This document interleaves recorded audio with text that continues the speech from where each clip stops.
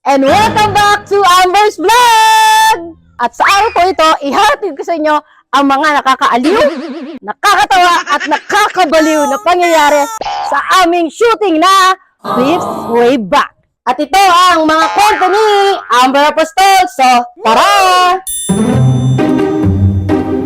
Action. Kasi naman Ate Fatima, bulok na sasakyan pa yung ginamit natin. Talagang titirik yan. Huli, bulong. Ano raw? Huli, bulong. At tulad mo kung nagkaroon ng maayos na trabaho, galing sa mga sponsor. Isa pa to.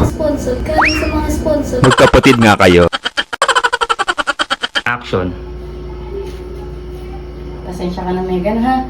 Kasi walang available na sasakyan doon sa Little Orphanage. Kumpara sa lahat ng naitulong sa atin ng Little Angels. Ano talaga to eh? Little Orphanage o Little Angels? Puro matataas na talibal lang ang nakikita ko. Walang mga tao, walang mga bahay. Nasa sityo mapulang. Adja, remind ko lang ha, mabait ang papel mo rito. Ba't parang ang maldita ng tingin mo kay Ice? Irita yarn? Tapos dinedma niya pa si Ice. Ate Fatima, Ate Megan, may tao, papalapit sa atin. Ay, tumingin sa camera. Sige, tingin pa dya. Action. Ay, salamat. May mapagtatanong na tayo at mahingi ng tulong. At talagang gumaya pa si JC. May pakamot pa sa pisngi. Lubusin ko na po, Manong. May alam po ba kayo sa mga makina ng sasakyan? Makina ka dyan. Makina.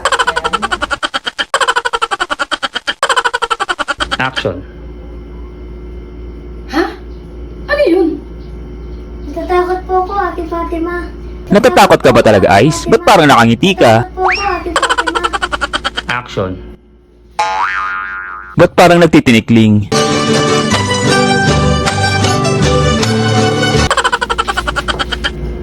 E-I-O-U-M-E.